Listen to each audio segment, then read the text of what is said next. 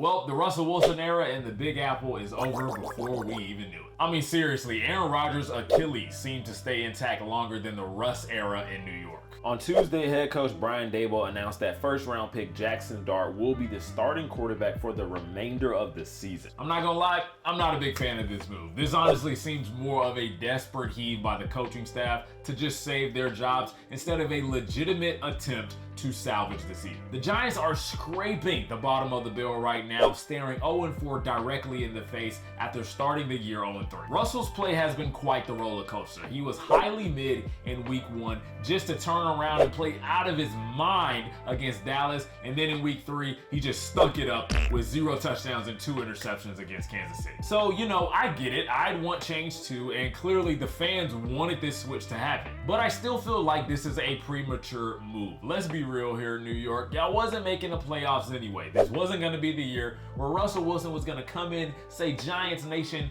let's ride, and turn y'all into instant Super Bowl contenders. It wasn't going to happen. I didn't think it was going to be this bad, but it's been clearly evident week to week that playoffs is a far cry. This was a development year. You drafted the future of your franchise, let him sit behind one of the most accomplished quarterbacks in this league, see how the year plays out, let him get a few reps here and there, and then next year, you see what you have. Now you sit your bridge guy down just 3 weeks into the year and quite literally have the future of your franchise start his very first NFL game against one of the best defenses in the league this year. Am I tripping? I don't think this is the right solution. We've seen how rushing a quarterback to start can pan out. Justin Fields, Josh Rosen, Zach Wilson, Kenny Pickett, Malik Willis, the list goes on. Granted, some of the quarterbacks that didn't pan out, frankly, just didn't have what it took to be a starter in this league. But Jaxson Dart does, and you don't want to stunt his growth before it even starts. If the situation permits itself, I am a big proponent of sitting a promising young quarterback behind a veteran for at least a year or two. Patrick Mahomes, Aaron Rodgers, Phillip Rivers, Jordan Love, these are all success stories of young quarterbacks taking some time to develop and learn behind a veteran. Now, unfortunately for Dart, it's turned from a year of learning and development to one of immense pressure to try to turn a failed season